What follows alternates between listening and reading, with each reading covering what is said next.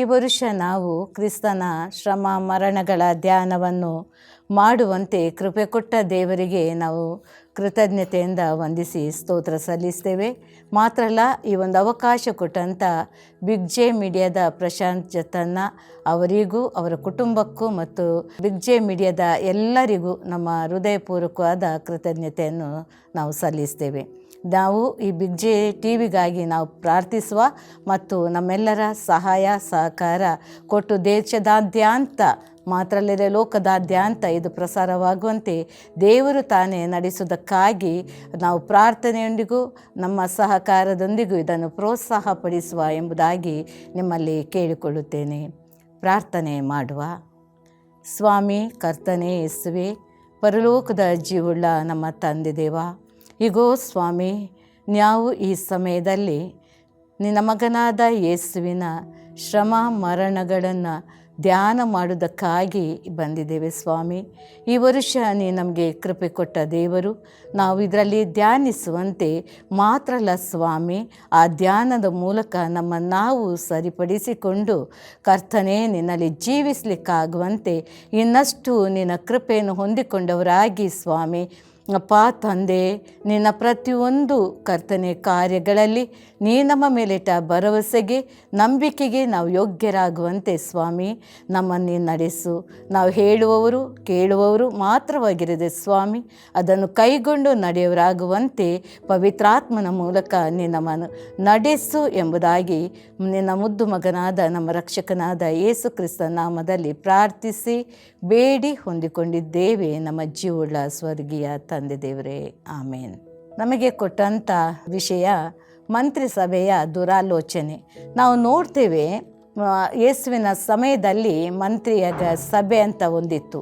ಆ ಸಭೆಯಲ್ಲಿ 70 ಜನರು ಮಂತ್ರಿಗಳಾಗಿದ್ದರು. ಆದರೆ ಅದರಲ್ಲಿ ಮಹಾಯಾಜಕರು ಪರಿಸಾಯರಿದ್ದರು. ಆದರೆ ಅದರಲ್ಲಿ ಒಬ್ಬ ಪ್ರಧಾನ ಮಹಾಯಾಜಕನಿದ್ದ. ಅವನೊಂದಿಗೆ ಸೇರಿ 71 ಜನರು ಈ ಒಂದು ಆಲೋಚನೆಗಳನ್ನು ಮಾಡಿಕೊಂಡು ಅವರ ಉದ್ದೇಶ ಏನಂದರೆ ಅವರ ಜನರನ್ನು ಸರಿದಾರಿಯಲ್ಲಿ ನಡೆಸುವಂಥದ್ದು ಮತ್ತು ಯಾವ್ಯಾವ ವಿಷಯದಲ್ಲಿ ಸರಿಯಾಗಲಿಲ್ಲವೋ ಅವರನ್ನು ಸಂಧಿಸಿ ಅವರನ್ನು ಒಳ್ಳೆಯ ಮಾರ್ಗದಲ್ಲಿ ನಡೆಯುವಂತೆ ಅವರನ್ನು ಪ್ರೇರೇಪಿಸಿ ಅವರನ್ನು ನಡೆಸುವಂಥದ್ದು ಅವರ ಉದ್ದೇಶವಾಗಿತ್ತು. ಆದರೆ ನಾವಿಲ್ಲಿ ವಾಕ್ಯ ಭಾಗವನ್ನು ಓದುವ ವಾಕ್ಯ ಭಾಗ ಮತ್ತಾಯನು ಬರೆದ ಸುವಾರ್ತೆ 26ನೇ ಅಧ್ಯಾಯ 1-5 ವಚನಗಳು. ಯೇಸು ಈ ಮಾತುಗಳನ್ನೆಲ್ಲ ಆಡಿ ಮುಗಿಸಿದ ಮೇಲೆ ತನ್ನ ಶಿಷ್ಯರಿಗೆ, 2 ದಿವಸಗಳಾದ ಮೇಲೆ ಪಸ್ಕ ಹಬ್ಬ ಬರುತ್ತದೆಂದು ಬಲ್ಲಿರಿ. ಆಗ ಮನುಷ್ಯ ಕುಮಾರನನ್ನು ಶಿಲುಬೆಗೆ ಹಾಕುವುದಕ್ಕೆ ಒಪ್ಪಿಸಿಕೊಡೋಣವಾಗುವುದು ಎಂದು ಹೇಳಿದನು. ಆ ಕಾಲದಲ್ಲಿ ಮಹಾಯಾಜಕರು, ಪ್ರಜೆಯ ಹಿರಿಯರು ಕಾಯಾಫನೆಂಬ ಮಹಾಯಾಜಕನ ಮಠಕ್ಕೆ ಕೂಡಿ ಬಂದು ಯೇಸುವನ್ನು ಉಪಾಯದಿಂದ ಹಿಡಿದು ಕೊಲ್ಲಬೇಕೆಂಬುದಾಗಿ ಆಲೋಚನೆ ಮಾಡಿಕೊಂಡರು. ಆದರೂ ಹಬ್ಬದಲ್ಲಿ ಹಿಡಿಯಬಾರದು, ನಮ್ಮ ಜನರಲ್ಲಿ ಗದ್ದಲವಾದೀತು ಎಂದು ಮಾತಾಡಿಕೊಂಡರು. ಇಲ್ಲಿ ನಾವು ನೋಡ್ತೇವೆ, ಅಲ್ಲಿ ಮಹಾಯಾಜಕರು ಮತ್ತು ಜನರು ಅಂದರೆ ಹಿರಿಯರು ಮಹಾಯಾಜಕನ ಕಾಯಫನೆಂಬ ಮಹಾಯಾಜಕನ ಮಠಕ್ಕೆ ಕೂಡಿ ಬಂದು ಇಲ್ಲಿ ಅವರು ದುರಾಲೋಚನೆಯನ್ನು ಮಾಡಿಕೊಳ್ತಾರೆ. ಏನಂದರೆ ಯೇಸುವನ್ನು ಹಿಡಿದುಕೊಡಬೇಕು.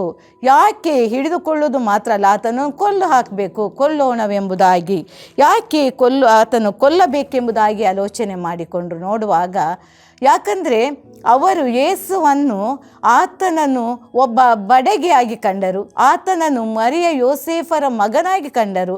ಆತನನ್ನು ಅವರು ಕಂಡದೇನೆಂದರೆ ಮೆಸ್ಸಿಯನಾಗಿ ಅಲ್ಲ, ದೇವಕುಮಾರನಾಗಿ ಆತನನ್ನು ಕಾಣಲಿಲ್ಲ.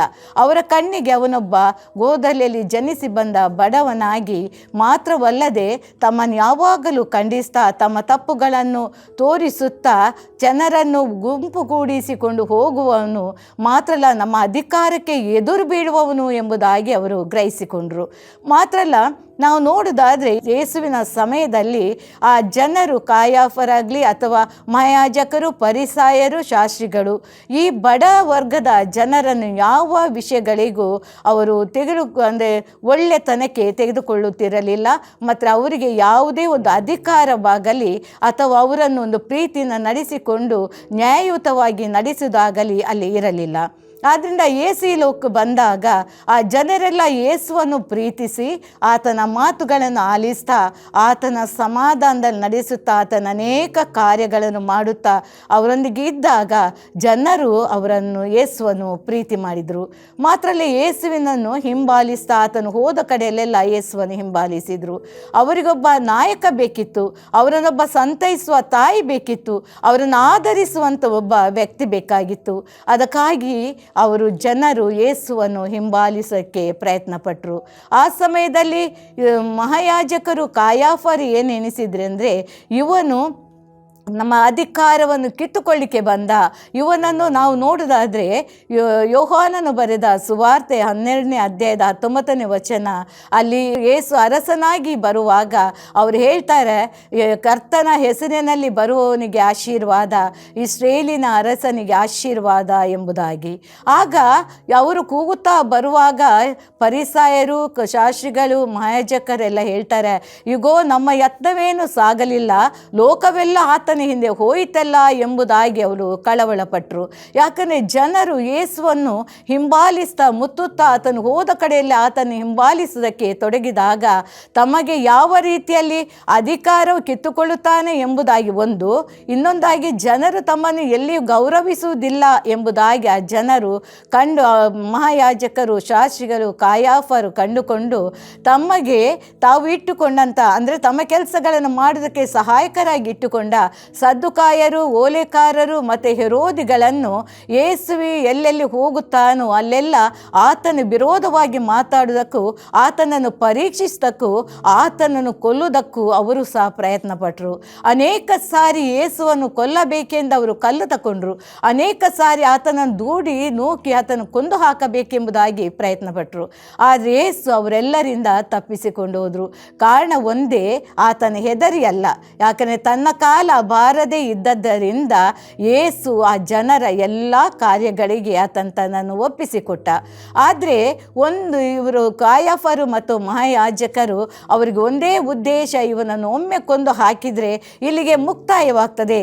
ನಂತರ ಯೇಸುವಿನಂಥ ಜನರು, ಯೇಸುವಿನಂಥವ್ರು ಯಾರು ಬರೋದಿಲ್ಲ, ಈ ಜನರು ಯೇಸುವಿನ ಹಿಂದೆ ಹೋಗೋದು ತಪ್ಪುತ್ತದೆ ಮತ್ತು ನಮ್ಮ ಅಧಿಕಾರಕ್ಕೆ ಇವರು ಒಳಗಾಗುತ್ತಾರೆ, ನಮ್ಮ ದಬ್ಬಾಳಿಕೆ ನಡೀತದೆ ಎಂಬುದಾಗಿ ಅವರು ಯೋಚನೆ ಮಾಡಿಕೊಂಡು ಅವರೇನು ಮಾಡಿದರು, ಯೇಸುವನ್ನು ಕೊಲ್ಲುವುದಕ್ಕಾಗಿ ಉಪಾಯ ಮಾಡಿಕೊಂಡ್ರು.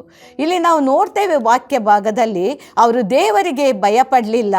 ಆದರೆ ಹಬ್ಬದಲ್ಲಿ ಹಿಡಿಯಲಿಕ್ಕೆ ಹೋದರೆ ಜನರಲ್ಲಿ ಗದ್ದಲವಾಯಿತು ಎಂದು ಹೇಳಿ ಜನರಿಗೆ ಭಯಪಟ್ಟರು. ದೇವರಿಗೆ ಭಯಪಡದೆ ಲೋಕದ ಜನರಿಗೆ ಭಯಪಡುವಂಥ ಮಹಾಯಾಜಕರು, ಕಾಯಾಫರು ಅಲ್ಲಿದ್ದರು. ಆದರೆ ನಮ್ಮ ದೇವರು, ಆತನು ಯಾರಿಗೂ ಭಯಪಟ್ಟವನಲ್ಲ. ನಮ್ಮ ದೇವರು ಸತ್ಯದ ದೇವರು. ನಮ್ಮ ದೇವರು ಯೇಸು ಸ್ವಾಮಿ ನೀತಿಯ ದೇವರು. ಇವರು ಅನೀತಿವಂತರಾದ, ಯಾವಾಗಲೂ ಜನರನ್ನು ನಡೆಸುತ್ತಾ ಕೆಟ್ಟ ದಾರಿಯಲ್ಲಿ ಹೋದಂಥ ಜನರಿಗೆ ನೀತಿಯ ಮಾರ್ಗದಲ್ಲಿದ್ದಂಥ ಮತ್ತು ಸತ್ಯದ ಮಾರ್ಗದಲ್ಲಿದ್ದಂಥ ಯೇಸು ಅವರಿಗೆ ಇಷ್ಟವಾಗಲಿಲ್ಲ. ನಾವು ನೋಡ್ತೇವೆ ಇಲ್ಲಿ ದೇವರ ಆಲೋಚನೆ ಮತ್ತು ಮನುಷ್ಯರ ಆಲೋಚನೆ. ಮನುಷ್ಯರ ಆಲೋಚನೆ ಏನಾಗಿತ್ತು, ಅದು ಆದಿಕಾಂಡ 6ನೇ ಅಧ್ಯಾಯ 5-6 ಹೇಳ್ತದೆ.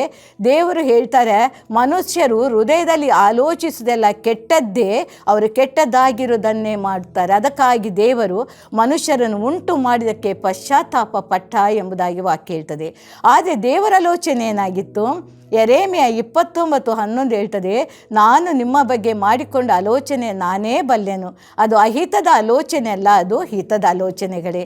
ನಮ್ಮ ದೇವರು ನಮ್ಮ ಬಗ್ಗೆ ಹಿತದ ಆಲೋಚನೆಯನ್ನು ಮಾಡಿ ನಮ್ಮ ಪಾಪಗಳ ಬಿಡುಗಡೆಗಾಗಿ ತನ್ನ ಏಕ ಪುತ್ರನನ್ನು ಆತನು ಕಳಿಸಿಕೊಟ್ಟ. ಆದರೆ ಕಳಿಸಿಕೊಡುವಾಗ ಆತನಿಗೆ ಗೊತ್ತಿತ್ತು, ತನ್ನ ಮಗನ ಈ ಜನರಿಗಾಗಿ ಏನೆಲ್ಲ ಕಷ್ಟಗಳನ್ನು ಅನುಭವಿಸಬೇಕು, ಈ ದುರ್ಜನರ ಕೈಗೆ ಸಿಕ್ಕಿದ ತನ್ನ ಮಗನ ಜೀವಿತದಲ್ಲಿ ಅವನೇನೆಲ್ಲ ನೋವುಗಳನ್ನು ತಿನ್ನಬೇಕು, ಏನಾಗಬೇಕು, ಅವನು ಯಾವ ರೀತಿಯ ಮರಣವನ್ನು ಹೊಂದಬೇಕೆಂಬುದಾಗಿ ಅಲ್ಲಿ ದೇವರು ಅವರು ತಿಳಿದವನಾಗಿದ್ದ. ಮಾತ್ರ ಅಲ್ಲ, ಯೇಸು ಸ್ವಾಮಿಗೆ ಸಹ ಅದು ತಿಳಿದಿತ್ತು. ನಾವು ನೋಡೋದಾದರೆ ಪ್ರವಾದಿಗಳ ಮೂಲಕ ಅನೇಕ ಕಡೆಗಳಲ್ಲಿ ಯೇಸುವಿನ ಈ ಜೀವಿತದ ಬಗ್ಗೆ ಬರೆಯಲ್ಪಟ್ಟಿದೆ. ಅದರಲ್ಲಿ ವಿಶೇಷವಾಗಿ ದಾವೀದನ ಕೀರ್ತನೆ 22ನೇ ಅಧ್ಯಾಯ ಮತ್ತು 69ನೇ ಅಧ್ಯಾಯದಲ್ಲಿ ಯೇಸುವಿನ ಮರಣಗಳ ಬಗ್ಗೆ, ಶಿಲುಬೆಯಲ್ಲಿ ಆತನು ಸಾಯಬೇಕಾದ ರೀತಿಯ ಬಗ್ಗೆ, ಆತನ ಮರಣದಲ್ಲಿ, ಶಿಲುಬೆ ಮರಣದಲ್ಲಿ ಏನೆಲ್ಲ ಆಗ್ತದೆಂಬ ಬಗ್ಗೆ ಬರೆಯಲ್ಪಟ್ಟಿದೆ. ಅದೇ ಪ್ರಕಾರ ಯೆಶಾಯನ ಪ್ರವಾದನ ಗ್ರಂಥ 53ನೇ ಅಧ್ಯಾಯದಲ್ಲಿ ಯೇಸುವಿನ ಮರಣದ ಸಂಪೂರ್ಣ ಚಿತ್ರಣವನ್ನು ಅಲ್ಲಿ ಕೊಡಲ್ಪಟ್ಟಿದೆ. ಆತನು ಹೊತ್ತ ಹೊರೆಯು ನಮ್ಮ ಸಂಕಟವೇ ಹೌದು. ಆತನು ದುರ್ಜನರ ಕೈಗಳಿಗೆ ಸಿಕ್ಕಿ ಅನುಭವಿಸಬೇಕಾದಂಥ ಅನೇಕ ನೋವುಗಳ ಬಗ್ಗೆ ಅಲ್ಲಿ ಬರೆಯಲ್ಪಟ್ಟಿದೆ. ಆದರೆ ತನ್ನ ಮಗನನ್ನು ಕಳಿಸಿಕೊಡುವಾಗ ತಂದೆ ದೇವರಿಗೆ ಗೊತ್ತಿದ್ದರೂ ನಮ್ಮ ಪಾಪಗಳ ಪರಿಹಾರಕ್ಕಾಗಿ ನಾವು ಈ ಲೋಕದಲ್ಲಿ ಆತನ ಮೂಲಕವಾಗಿ ರಕ್ಷಣೆಯ ಮಾರ್ಗದಲ್ಲಿ ಜೀವಿಸುವುದಕ್ಕಾಗಿ ತನ್ನ ಏಕ ಪುತ್ರನನ್ನೇ ದೇವರು ನಮಗೋಸ್ಕರವಾಗಿ ಕಳಿಸಿಕೊಟ್ರು. ಆದರೆ ಯೇಸುವನ್ನು ಮೆಸ್ಸಿಯನಾಗಿ ಅವರು ಕಾಣಲಿಲ್ಲ, ಮಾತ್ರ ಅಲ್ಲ ನಮಗಾಗಿ ಬಂದ ರಕ್ಷಕನೇ ಎಂಬುದಾಗಿ ಅವರು ಗ್ರಹಿಸಲಿಲ್ಲ. ಆತನನ್ನೊಬ್ಬ ಎಲ್ಲ ರೀತಿಯಾದ ಒಂದು ಕೆಳಸ್ತರದ ಮನುಷ್ಯನಾಗಿ ಆತನನ್ನು ಕಂಡರು. ಆದರೆ ದೇವರು ತನ್ನ ಮಗನನ್ನು ನನ್ನ ಇಷ್ಟವನ್ನು ನೆರವೇರಿಸುವಾತನು, ನನ್ನ ಕಾರ್ಯವನ್ನು ನೆರವೇರಿಸುವನು, ತನ್ನ ಜನರಿಗಾಗಿ ತನ್ನ ಪ್ರಾಣವನ್ನು ಕೊಟ್ಟು ಅವರನ್ನು ರಕ್ಷಣೆಗೆ ನಡೆಸುವಾತನೆಂಬುದಾಗಿ ಅರಿತದ್ದು ತಂದೆಯಾದ ದೇವರು ಮಾತ್ರ. ತನ್ನ ಮಗನ ಮೇಲಿಟ್ಟ ಭರವಸವನ್ನು ನಮ್ಮ ಯೇಸು ಸ್ವಾಮಿ ಅದನ್ನು ನಿರಾಕರಿಸಲಿಲ್ಲ. ಆತನ ಈ ಲೋಕದಲ್ಲಿ ಬಂದಾಗ ಎಲ್ಲ ಜನರ ಎಲ್ಲ ತಿರಸ್ಕಾರಗಳನ್ನು, ನಿಂದನೆಗಳನ್ನು ಆತನು ಅಲ್ಲಿ ಸಹಿಸಿಕೊಂಡನು. ಅವರು ಮಾಡಿದಂಥ ಪ್ರತಿಯೊಂದು ಅವರಿಗೆ ಕೊಟ್ಟಂಥ ಕಷ್ಟಗಳ ಮಧ್ಯದಲ್ಲಿ, ಶ್ರಮೆಗಳ ಮಧ್ಯದಲ್ಲಿ ಆತನನ್ನು ಉಗುಳಿದಾಗಲೂ, ಆತನು ತುಳಿದಾಗಲೂ, ಹೊಡೆದಾಗಲೂ ತನ್ನ ಬೆನ್ನನ್ನು ತೋರಿಸುತ್ತಾ, ಆ ಬೆನ್ನನ್ನು ಅವರು ಒತ್ತುವುದಕ್ಕಾಗಿ ಕೊಡುತ್ತಾ, ಎಲ್ಲ ಕೋಪಗಳ, ಅವರೆಲ್ಲ ಸಿಟ್ಟುಗಳನ್ನು ತೀರಿಸುವುದಕ್ಕಾಗಿ ಯೇಸು ತನ್ನನ್ನೇ ಆ ದುರ್ಜನರ ಕೈಗೆ ಒಪ್ಪಿಸಿಕೊಟ್ಟ. ಮುಂದೆ ಯೇಸು ಸ್ವಾಮಿ ಆದರೆ ಆತನು ಚಿಂತೆ ಮಾಡಿದ್ದು ಈ ಫರಿಸಾಯರು ಮತ್ತು ಮಹಾಯಾಜಕರು, ಶಾಸ್ತ್ರಿಗಳಿಗಲ್ಲ. ಅವರು ಚಿಂತೆ ಮಾಡಿದ್ದು ಈ ಬಡ ಜನರಿಗಾಗಿ. ನಾನು ಬಂದದ್ದು ಪಾಪಿಗಳನ್ನು ಹುಡುಕಿ ರಕ್ಷಿಸೋಗೋಸ್ಕರಾಗಿ, ಪಾಪದಲ್ಲಿ ಬಿದ್ದಂಥ ಜನರನ್ನು, ಅನಾಥರನ್ನು, ಬಡವರನ್ನು, ವಿಧವೆರನ್ನು, ಗತಿಯಿಲ್ಲದವರನ್ನು, ಕೈ ಬಿಡಲ್ಪಟ್ಟವರನ್ನು, ನಿತ್ಯ ತಿರಸ್ಕಾರಕ್ಕೆ ಒಳಗಾದವರನ್ನು ಅವರ ನೀತಿಯ ಮಾರ್ಗದಲ್ಲಿ ನಡೆಸುವುದಕ್ಕಾಗಿ, ರಕ್ಷಿಸುವುದಕ್ಕಾಗಿ ಯೇಸು ಈ ಲೋಕಕ್ಕೆ ಬಂದನು. ಆತನು ಒಂದು ಮಾತು ಹೇಳ್ತಾನೆ, ನಾನು ಸಾಯುವುದರಿಂದ ಎಲ್ಲರನ್ನು ಮೇಲಕ್ಕೆ ಎಳೆದುಕೊಳ್ಳುವೆನು ಎಂಬುದಾಗಿ. ಆತನು ಹೇಳ್ತಾನೆ, ನಾನು ಸಾಯುವುದರಿಂದ ಎಲ್ಲರನ್ನು ಮೇಲಕ್ಕೆ ಎಳೆದುಕೊಳ್ಳುವೆನು. ಹೌದು, ನಮ್ಮ ಸ್ವಾಮಿ ನಮಗೋಸ್ಕರವಾಗಿ ಸತ್ತು ಈ ಲೋಕದಲ್ಲಿ ಕ್ರೂಜೆಯಲ್ಲಿ ಶ್ರಮ ಮರಣಗಳನ್ನು ಪಟ್ಟು ಸತ್ತು ಹೂಣಲ್ಪಟ್ಟು ಎದ್ದು ಬಂದು ಪುನರ್ತೀತನಾಗಿ ಎದ್ದು ಬಂದ ಆತನು ದಿವಾರೋಹಣಾಗಿ ಪರಲೋಕದ ತಂದೆಯ ಬಲಪಾರ್ಶ್ವದಲ್ಲಿದ್ದು ನಮ್ಮೆಲ್ಲರನ್ನ ಆತನು ತನ್ನ ಕಡೆಗೆ ಸೆಳೆದುಕೊಂಡನು. ನಾವು ವಾಕ್ಯ ಭಾಗದಲ್ಲಿ ನೋಡ್ತೇವೆ, ಆತನ ಈ ಲೋಕದಲ್ಲಿ ಬೋಧಿಸಿದನ್ನು ಕೇಳಿದಂಥ ಆತನ ಶಿಷ್ಯರಲ್ಲಿ ಸಹ ಅವರಲ್ಲಿ ಒಂದು ಬಲ, ಧೈರ್ಯ ಇರಲಿಲ್ಲ. ಆದರೆ ಯೇಸು ಸ್ವಾಮಿ ಯಾವಾಗ ಅಂಥವನ್ನು ಮರಣವನ್ನು ಪಟ್ಟು ಸತ್ತು ಪುನರ್ತೀತನ ಗೆದ್ದು ಬಂದು ದಿವಾರೋಹಣ ಹೊಂದಿದರೋ ಆ ಸಮಯದಲ್ಲಿ ಪವಿತ್ರಾತ್ಮನ ಬಲದಿಂದ ಕೂಡಿದವರಾಗಿ ಅವರು ಸುವಾರ್ತೆಯನ್ನು ಸಾರುವುದಕ್ಕೆ ತೊಡಗಿದರು. ಆ ಸುವಾರ್ತೆಯನ್ನು ಸಾರುವಾಗ ಆ ಸಮಯದಲ್ಲಿ ಮಹಾಯಾಜಕರು, ಶಾಸ್ತ್ರಿಗಳು ಎಣಿಸಿದರು ಇವರು ಇಲ್ಲಿಗೆ ಮುಗಿಯಿತು ಎಂಬುದಾಗಿ. ಆ ಯೇಸು ಸ್ವಾಮಿ ತೀರಿತು ಎಂಬುದಾಗಿ ಎಣಿಸಿದ್ರವರು. ಆ ಯೇಸು ಸ್ವಾಮಿ ಕ್ರೂಜಲ್ಲಿ ಹೇಳಿತು, ತೀರಿತು. ಯಾರು? ಯೇಸು ಸ್ವಾಮಿಯ ಕಾರ್ಯ ತೀರಿತು, ಇನ್ನು ನೋಡಿ ನನ್ನ ಶಿಷ್ಯರ ಕಾರ್ಯ, ನನ್ನ ಜನರ ಕಾರ್ಯ ಇಲ್ಲಿಂದ ಪ್ರಾರಂಭ ಎಂಬುದಾಗಿ ಸ್ವಾಮಿ ಹೇಳಿದರು. ಆ ಧೈರ್ಯದಿಂದಲೇ ಪೇತ್ರನು ಪ್ರಥಮ ಸಾರಿ ಪ್ರಸಂಗಿಸಿದಾಗ 3,000 ಜನರು ರಕ್ಷಣೆ ಹೊಂದಿದರು. ನಂತರ 5,000 ಜನ ರಕ್ಷಣೆ ಹೊಂದಿದರು. ಈಗ ಈ ಲೋಕದ ಎಲ್ಲ ಜನರು ರಕ್ಷಣೆ ಹೊಂದುತ್ತಿದ್ದಾರೆ. ನಮ್ಮ ಕರ್ತನು ಅವ್ರು ಎಣಿಸಿದ್ರು ಯೇಸು ಸತ್ತರೆ ಕೊಂದರೆ ಇಲ್ಲಿಗೆ ಮುಗಿಯಿತು. ಆದರೆ ಮುಗಿಲಿಲ್ಲ ಪ್ರಿಯರೇ. ಯೇಸು ಸತ್ತು ಜೀವಿತನಾಗಿ ಗೆದ್ದು ಬಂದು ತಂದೆ ಬಲಪಾರ್ಶ್ವದಲ್ಲಿ ಇರುವುದರಿಂದ ಆತನಂತೆ ದುಃಖ, ಕಷ್ಟ, ಸಂಕಷ್ಟ, ಕಣ್ಣೀರಲ್ಲಿ ಹಾದು ಹೋಗುವ, ನಿತ್ಯ ನಿಂದನ ತಿರಸ್ಕಾರಕ್ಕೆ ಒಳಗಾದ ಜನರಲ್ಲಿ ತನ್ನ ಪ್ರೀತಿಯನ್ನು ಪ್ರಕಟಪಡಿಸ್ತಾ ಯಾರ್ಯಾರು ಆತನನ್ನು ರಕ್ಷಕನು ಒಡೆಯನೆಂದು ಅಂಗೀಕರಿಸಿ ಯೇಸುವೇ ಎಂದು ಕರೆದಾಗ ಅವರ ರಕ್ಷಣೆಗೋಸ್ಕರ ಬರುವಂಥ ನಮ್ಮ ದೇವರು, ನಮ್ಮ ತಂದೆಯು, ನಮ್ಮ ರಕ್ಷಕನು ಆತನಾಗಿದ್ದಾನೆ. ಈ ಲೋಕದಲ್ಲಿ ಆತನು ಎಲ್ಲವನ್ನು ಮಾಡಿದನು ಯಾರಿಗಾಗಿ? ನಮಗಾಗಿ, ನಾವೇನು ಮಾಡಿದೆವು ಆತನಿಗಾಗಿ ಅಲ್ಲ. ಒಂದು ಸುಂದರವಾದ ಬರಹ ಈಗ ಕಾಣುವುದಿಲ್ಲ, ಒಂದು ಸಮಯದಲ್ಲಿದ್ದು, ಎಲ್ಲವನ್ನು ಸಹಿಸಿದೆನು ನಿನಗಾಗಿ ನಾನು, ಏನನ್ನು ಮಾಡಿರುವೆ ನನಗಾಗಿ ನೀನು. ಹೌದು, ನಾವು ಏನನ್ನು ನಮ್ಮ ಕರ್ತನಿಗಾಗಿ ಮಾಡಿದ್ದೇವೆ. ನಾವು ಅದನ್ನು ಆಲೋಚನೆ ಮಾಡುವಂಥ ಸಮಯವೇ ಈ ಶ್ರಮ, ಯೇಸುವಿನ ಶ್ರಮ ಮತ್ತು ಮರಣಗಳ ಸಮಯ. ಶ್ರಮ ಧ್ಯಾನಗಳನ್ನು ಮಾಡುತ್ತಾ ಆತನ ಮರಣದಲ್ಲಿ ನಾವು ಯಾವ ರೀತಿ ಆತನ ವೇದನೆ ಪಟ್ಟನೋ ಅದ ವೇದನೆ ನಾವು ಸಹ ನಮ್ಮ ಜೀವಿತದಲ್ಲಿ ನಾವು ಸಹಿಸಿಕೊಳ್ಳಬೇಕು, ಅನುಭವಿಸಲೇಬೇಕು. ಆಗಲೇ ನಮಗೆ ಪರಲೋಕದ ಆತನ ನಿತ್ಯ ಸೌಭಾಗ್ಯ. ನಾವು ನೋಡುವಾಗ ಈಗ ಫರಿಸಾಯ ಶಾಸ್ತ್ರಿಗಳ ಉದ್ದೇಶ, ತಂದೆ ದೇವರ ಉದ್ದೇಶ, ಯೇಸುವಿನ ಉದ್ದೇಶ, ಆತನ ಶಿಷ್ಯರ ಮೂಲಕ ಲೋಕಕ್ಕೆ ಪ್ರಸಾರವಾದ ಜೀವಳ ವಾಕ್ಯದ ಮೂಲಕ ನಾವಿಂದು ರಕ್ಷಣೆ ಹೊಂದಿದ್ದೇವೆ. ಈಗ ನಮ್ಮ ಕಾರ್ಯ ಏನು? ನಾವು ರಕ್ಷಣೆ ಹೊಂದಿದವರು ನಾವೇನು ಮಾಡುತ್ತಿದ್ದೇವೆ? ನಾವು ಎಷ್ಟು ಯೇಸುವಿನ ನಾಮವನ್ನು ನಾವು ಇತರರಿಗೆ ಹೇಳುವರಾಗಿದ್ದೇವೆ. ಯೇಸುವಿನ ಕಷ್ಟಕರವಾದ ಶ್ರಮ, ಕಹಿಯಾದ ಆ ಪಾತ್ರೆ, ಯೇಸು ಹೇಳ್ತಾನೆ, ತಂದೆ ಇದು ನನ್ನನ್ನು ಬಿಟ್ಟು ತೊಲಗಲಿ ಎಂಬುದಾಗಿ. ಆದರೆ ಒಂದು ಕ್ಷಣ ಹೇಳಿದಾಗ ಆ ಸಮಯದಲ್ಲಿ ಆತನ ಕಣ್ಣು ಮುಂದೆ ಬಂದದ್ದು ನಮ್ಮಂಥ ಜನರ ಕಣ್ಣೀರು ಮತ್ತು ತಿರಸ್ಕಾರ ಹೊಂದಿದಂಥ ಜನರು. ಆ ಸಮಯದಲ್ಲಿ ಆತನು ಪುನಃ ಅದನ್ನು ಸ್ವೀಕಾರ ಮಾಡಿ ಆ ಪಾತ್ರೆಯಲ್ಲಿ ಕುಡಿದು ಆತನು ಈ ಕಹಿಯಾದ ಮರಣವನ್ನು ಆತನು ಹೊಂದಿದನು ನನಗಾಗಿ, ನಿನಗಾಗಿ. ಪ್ರಿಯ ದೇವ ಜನರೇ, ನಾವು ಏನು ಮಾಡ್ತಿದ್ದೇವೆ? ನಾವು ಸುಖದ ಜೀವಿತದಲ್ಲಿ ಜೀವಿಸ್ತಿದ್ದೇವೆ, ಆತನನ್ನು ಮರೆತು ಹೋಗಿದ್ದೇವೆ. ನಮ್ಮ ಇಷ್ಟಗಳೇ ನಾವು ಹೇಳಿದ್ದೇ ನಡಿಬೇಕೆಂಬುದಾಗಿ ನಾವು ಜನಿಸ್ತಿದ್ದೇವಾ? ನಾವು ನೋಡೋದಾದರೆ ಆ ಕಾಲದಲ್ಲಿ ಯಾಜಕರು, ಫರಿಸಾಯರು, ಶಾಸ್ತ್ರಿಗಳು ಇದ್ದರು. ಆದರೆ ಈ ಕಾಲದಲ್ಲಿ ನಮಗೂ ದೇವರೊಂದು ಅಧಿಕಾರ ಕೊಟ್ಟಿದ್ದಾನೆ. ಬೇರೆ ಬೇರೆ ರೀತಿಯ ಅಧಿಕಾರ ಇರಬಹುದು. ಸಭೆಯಲ್ಲಿ ಅಧಿಕಾರ ಇರ್ಬೋದು, ಸಮಾಜದಲ್ಲಿ ಅಧಿಕಾರ ಇರ್ಬೋದು, ಸೇವೆ ಅಧಿಕಾರ ಇರ್ಬೋದು, ಸಭೆ ನಡೆಸುವುದನ್ನೇ ಇರ್ಬೋದು, ಅಥವಾ ಅನೇಕ ಸುವಾರ್ತೆಗಳ ವಿಷಯ ಇರ್ಬೋದು. ಆದರೆ ನಾವು ಹೀಗಿದ್ದೇವೆ, ನಾವೇನು ಮಾಡ್ತಿದ್ದೇವೆ? ನಮ್ಮ ರಕ್ಷಕನ ರಕ್ಷಣೆಯನ್ನು ಸಾರಿ ಹೇಳುವವರಾಗಿದ್ದೇವಾ?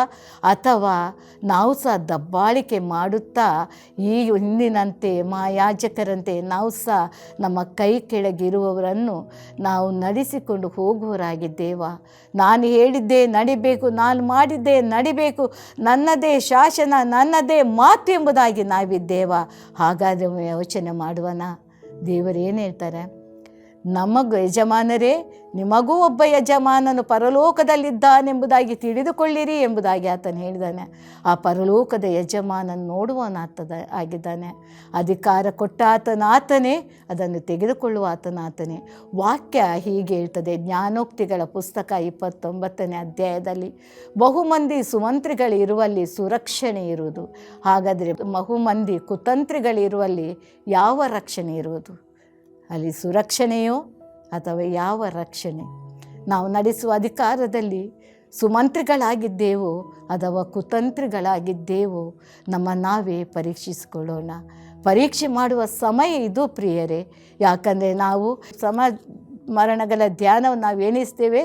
ನಮ್ಮ ವೈಯಕ್ತಿಕವಾಗಿ ಉಪವಾಸ ನಿಲ್ಲುವುದೋ ಅಥವಾ ನಮಗಿಷ್ಟವಾದದ್ದನ್ನು ಬಿಡುವುದೋ ಅಥವಾ ದುಃಖದಲ್ಲಿರುವುದೋ ಯಾವ ರೀತಿಯ ಕಾರ್ಯಗಳು.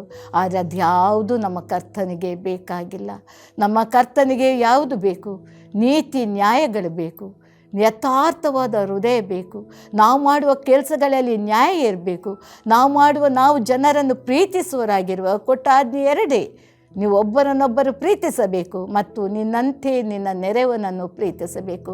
ಆ ಒಂದು ಜೀವಿತದಲ್ಲಿ ನಾವಿದ್ದೇವಾ? ಅಥವಾ ನಮ್ಮವರನ್ನು ನಾವು ದ್ವೇಷ ಮಾಡುತ್ತಾ ನಾವು ಅವರನ್ನು ಆ ರೀತಿಯಲ್ಲಿ ನಡೆಸುವರಾಗಿದ್ದೇವಾ?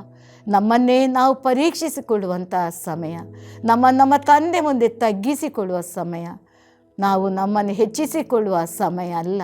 ಎಷ್ಟೋ ಶ್ರಮ ಮರಣಗಳ ಧ್ಯಾನ ನಡೆದು ಹೋಗಿದೆ, ಎಷ್ಟರಲ್ಲಿಯೋ ನಾವು ಪಾಲ್ಗೊಂಡಿದ್ದೇವೆ. ಆದರೆ ಈ ವರ್ಷ ತನ್ನ ಕೃಪೆಯಿಂದ ದೇವರು ನಮಗೆ ಅನುಗ್ರಹಿಸಿದ್ದಾನೆ. ಆತನ ಬರೋಣ ಹತ್ತಿರವಾಗಿದೆ. ಆತನು ಬರುವುದಕ್ಕೆ ಎಲ್ಲ ಸೂಚಕಗಳು ನಡೆಯುತ್ತಾ ಇದೆ. ದೇವರು ತೋರಿಸ್ತಾ ಇದ್ದಾನೆ. ಪ್ರಸವ ವೇದನೆಯ ಪ್ರಥಮ ಕಾಲ ಪ್ರಾರಂಭವಾಗಿದೆ. ಆದರೆ ನಾವೆಲ್ಲಿದ್ದೇವೆ? ನಮ್ಮ ಆಲೋಚನೆ ಏನಾಗಿದೆ? ನಾವು ಯಾವುದನ್ನು ನಾವು ನೋಡ್ತಾ ಇದ್ದೇವೆ? ನಮ್ಮ ಕರ್ತನನ್ನು ಅಥವಾ ಈ ಲೋಕದ ಅಧಿಕಾರವನ್ನು? ನಾವು ಕರ್ತನ ಅಧಿಕಾರಕ್ಕೆ ಒಳಪಡುವರಾಗಿರಬೇಕು. ಯೇಸು ಸಹ ಹೇಳ್ತಾನೆ, ಪರಲೋಕದಲ್ಲಿ ಭೂಲೋಕದಲ್ಲಿ ಎಲ್ಲ ಅಧಿಕಾರ ನನಗೆ ಕೊಡಲ್ಪಟ್ಟಿದೆ. ಆದರೆ ಆತನೆಂದಿಗೂ ಆ ಅಧಿಕಾರವನ್ನು ದುರುಪಯೋಗಪಡಿಸಲಿಲ್ಲ. ನಾವು ನಮ್ಮ ಅಧಿಕಾರವನ್ನು ದುರುಪಯೋಗಪಡಿಸ್ತೇವಾ? ನಮ್ಮ ತಂದೆಯಾದ ದೇವರು ನಮ್ಮನ್ನು ಪ್ರೀತಿಸಿ ತನ್ನ ಏಕ ಪುತ್ರನನ್ನೇ ಕೊಟ್ಟಂಥ ಆತನ ಆ ಒಂದು ಜೀವಿತಕ್ಕೆ, ಆತನ ಶ್ರಮೆಗೆ, ಆತನ ಮರಣಕ್ಕೆ ನಾವು ಬೆಲೆ ಕೊಡುವರಾಗಿದ್ದೆವು. ನಮ್ಮನ್ನು ನಾವು ಪರೀಕ್ಷಿಸಿಕೊಳ್ಳಬೇಕು ಪ್ರಿಯರೇ. ಇದು ಪರೀಕ್ಷಿಸುವ ಸಮಯ. ಇದು ನಾವು ಮಾತಾಡುವ ಸಮಯ ಅಲ್ಲ, ಇನ್ನೊಬ್ಬರನ್ನು ದಬ್ಬಾಳಿಕೆ ಮಾಡುವ ಸಮಯ ಅಲ್ಲ, ಇನ್ನೊಬ್ಬರನ್ನು ಕೆಳಗೆ ಹಾಕುವ ಸಮಯ ಅಲ್ಲ, ಹಾಗೆ ಆಯಿತು ಹೀಗೆ ಆಯಿತು ಮಾಡಿದ್ರು ಎಂಬುವ ಸಮಯ ಅಲ್ಲ. ನಾವು ನಮ್ಮನ್ನು ಪರೀಕ್ಷಿಸಿಕೊಂಡು ಕರ್ತನ ಮುಂದೆ ನಮ್ಮನ್ನು ತಗ್ಗಿಸಿಕೊಂಡು, ಕರ್ತನೇ ನಾನು ನನ್ನನ್ನು ಕರ್ತ ನಿನ್ನ ಕರಗಳಲ್ಲಿ ಒಪ್ಪಿಸಿದ್ದೇನೆ, ನಾನು ಸಹ ನಿನ್ನಾಗೆ ಯಥಾರ್ಥವಂತನಾಗಿ ಜೀವಿಸೋದಕ್ಕೆ ಕೃಪೆ ಕೊಡು ಅಂದು ಅವರು ಯಾಕೆ ಅವರನ್ನು ಕೊಲ್ಲುವುದಕ್ಕೆ ನೋಡಿದರು? ಅವರ ಮಾರ್ಗಗಳು ಕೆಟ್ಟದಾಗಿತ್ತು, ಅವರ ಆಲೋಚನೆಗಳು ಕೆಟ್ಟದಾಗಿತ್ತು, ಅವರ ಕಾರ್ಯಗಳು ಕೆಟ್ಟದಾಗಿತ್ತು. ಆದರೆ ಯೇಸುವಿನಲ್ಲಿ ಏನಿತ್ತು? ಆತನು ನೀತಿವಂತನಾಗಿದ್ದ, ನೀತಿಯ ಮಾರ್ಗದಲ್ಲಿದ್ದ, ನೀತಿಯ ಕಾರ್ಯಗಳಲ್ಲಿದ್ದ. ಆದ್ದರಿಂದಲೇ ಹಾಗಾಯಿತು. ಆದ್ದರಿಂದ ಪ್ರಿಯರೇ, ನಮ್ಮನ್ನು ನಾವು ಪರೀಕ್ಷಿಸಿಕೊಂಡವರಾಗಿ ಹೊಸದಾಗಿ ಈ ಒಂದು ಯೇಸುವಿನ ಶ್ರಮ ಮರಣವನ್ನು ಧ್ಯಾನಿಸ್ತಾ ಅದರಲ್ಲಿ ನಾವು ಪರಿಪೂರ್ಣ ನಮ್ಮನ್ನು ತಗ್ಗಿಸಿಕೊಂಡು ಒಪ್ಪಿಸಿಕೊಂಡು ಒಂದು ನೂತನವಾಗಿ ನಮ್ಮ ಜೀವಿತವನ್ನು ಪ್ರಾರಂಭಿಸುವ ನಾವು ಪ್ರಾರ್ಥನೆ ಮಾಡುವ. ಸ್ವಾಮಿ, ಈಗೋ ಕರ್ತನೆ, ನಿನ್ನ ಶ್ರಮ ಧ್ಯಾನಗಳ ನಾವೆಷ್ಟೋ ಸಮಯಗಳಿಂದ ಮಾಡ್ತಿದ್ದೇವೆ ಸ್ವಾಮಿ. ದೇವರೇ, ಇದನ್ನು ಯಾವೊಂದು ಯಥಾರ್ಥವಾಗಿ ವರ್ಷದಿಂದ ವರ್ಷಕ್ಕೆ ಧ್ಯಾನಿಸ್ತಾ ನಾವಿದರಲ್ಲಿ 40 ದಿವಸಗಳು ಒಂದು ರೀತಿ ಆದರೆ ಉಳಿದಂಥ ಎಲ್ಲ ದಿವಸಗಳು ಸ್ವಾಮಿ 325 ದಿವಸಗಳು ನಾವು ನಮಗಾಗಿ ಬದುಕಿದ್ದೇವೆ ಸ್ವಾಮಿ. ಹಾಗಾಗಬಾರ್ದು ಕರ್ತನೆ. ಪ್ರತಿಯೊಂದು ದಿನವೂ ಪ್ರತಿಯೊಂದು ಕ್ಷಣವೂ ಸ್ವಾಮಿ ನಾವು ನಿನ್ನ ಮಕ್ಕಳಾಗಿ ಜೀವಿಸಬೇಕು. ರಕ್ಷಕನಾಗಿ ಬಂದ ನಿನ್ನ ರಕ್ಷಣೆಯಲ್ಲಿ ನಾವು ಆನಂದಿಸಬೇಕು ದೇವರೇ. ನಿನ್ನನ್ನು ಸ್ವಂತ ರಕ್ಷಕನ ಒಡೆಯನಾಗಿ ನಾವು ಸ್ವೀಕರಿಸಬೇಕು ಕರ್ತನೆ. ನಿನ್ನ ಮಾರ್ಗದಲ್ಲಿ ನಡೆಯಬೇಕು. ಮಾರ್ಗವು ಸತ್ಯವು ಜೀವವಾದ ನಿನ್ನನ್ನು ನಾವು ಹಿಂಬಾಲಿಸಬೇಕು ಕರ್ತನೆ. ನಿನ್ನ ಹಿಂಬಾಲಿಸುವಿಕೆಯಲ್ಲಿ ದೇವರೇ ನಾವು ಯಥಾರ್ಥವಂತರಾಗಿರಬೇಕು. ದೇವಾ, ನೀ ನಮಗೊಂದು ಅವಕಾಶ ಕೊಟ್ಟಿದ್ದೆ. ಈ ಅವಕಾಶ ಪ್ರತಿಯೊಬ್ಬರಿಗೂ ಕೊಡು ಸ್ವಾಮಿ. ಪ್ರತಿಯೊಬ್ಬರನ್ನು ನೀನು ಆಶೀರ್ವದಿಸು. ನಾವೆಲ್ಲರೂ ನಮ್ಮ ಹೃದಯಗಳನ್ನು ಪರೀಕ್ಷಿಸಿ ತಿಳಿ ನೀರಿಂದ ನಮ್ಮ ಹೃದಯವನ್ನು ಪ್ರೋಕ್ಷಿಸಿಕೊಂಡವರಾಗಿ ದೇವರೇ ನಿನ್ನಲ್ಲಿ ನಾವು ಜೀವಿಸುವರಾಗುವಂತೆ, ನಿನ್ನ ಶ್ರಮ ಮರಣಗಳ ಧ್ಯಾನವನ್ನು ಮಾಡುತ್ತಾ ನಿನ್ನ ನಾವು ಸ್ವಂತ ರಕ್ಷಕನಾಗಿ ಅಂಗೀಕರಿಸಿ ಜೀವಿಸುವಂತೆ ಸ್ವಾಮಿ ನಮಗೆ ಅವಕಾಶ ಕೊಟ್ಟದಕ್ಕಾಗಿ ನಿನಗೆ ಸ್ತೋತ್ರ. ಈ ಬಿಗ್ ಜೆ ಮೀಡಿಯಮ್ಸ್ ಆಶೀರ್ವದಿಸು. ಇದರ ಮೂಲಕ ಲಕ್ಷಾಂತರ ಕೋಟ್ಯಾಂತರ ಜನರು ನಿನ್ನ ರಕ್ಷಕನ ರಕ್ಷಣೆಯಲ್ಲಿ ಆನಂದಿಸುವಂತೆ, ನಿನ್ನ ಬಳಿಗೆ ಬರುವಂತೆ ಒಂದು ಮಾರ್ಗವಾಗಿ ಈ ಬಿಗ್ ಜೆ ಮೀಡಿಯಾನ ಆಶೀರ್ವದಿಸಿಕೊಡು. ಇಲ್ಲೆಲ್ಲ ಸ್ಟಾಫನ್ನು, ನಮ್ಮ ಪ್ರಶಾಂತ ಜತನ ಅವರ ಕುಟುಂಬವನ್ನು ದೇವರೇ ಇದಕ್ಕಾಗಿ ಬೆಂಬಲವಾಗಿ ನಿಂತ ಪ್ರತಿಯೊಬ್ಬರನ್ನು ನೀನು ವಿಶೇಷವಾಗಿ ಆಶೀರ್ವದಿಸಿ ಕಾಪಾಡಿ ನಡೆಸಿ ಎಂಬುದಾಗಿ ನಜರೇತಿನ ಯೇಸುವಿನ ನಾಮದಲ್ಲಿ ಪ್ರಾರ್ಥಿಸಿ ನಿನ್ನ ಕರಗಳಲ್ಲಿ ಒಪ್ಪಿಸಿ ಬೇಡಿದ್ದೇವೆ ನಮ್ಮ ಜೀವದ ತಂದೆ ದೇವರೇ, ಆಮೇಲೆ. ಸುವಾರ್ತೆ ತಲುಪದ ಊರು ಇರಲೇಬಾರದು, ಸಭೆಯೂ ಇಲ್ಲದ ಗ್ರಾಮ ಇರಬಾರದೆಲ್ಲಿಯೂ. ಸುವಾರ್ತೆ ತಲುಪದ ಊರು ಇರಲೇಬಾರದು, ಸಭೆಯೂ ಇಲ್ಲದ ಗ್ರಾಮ ಇರಬಾರದು.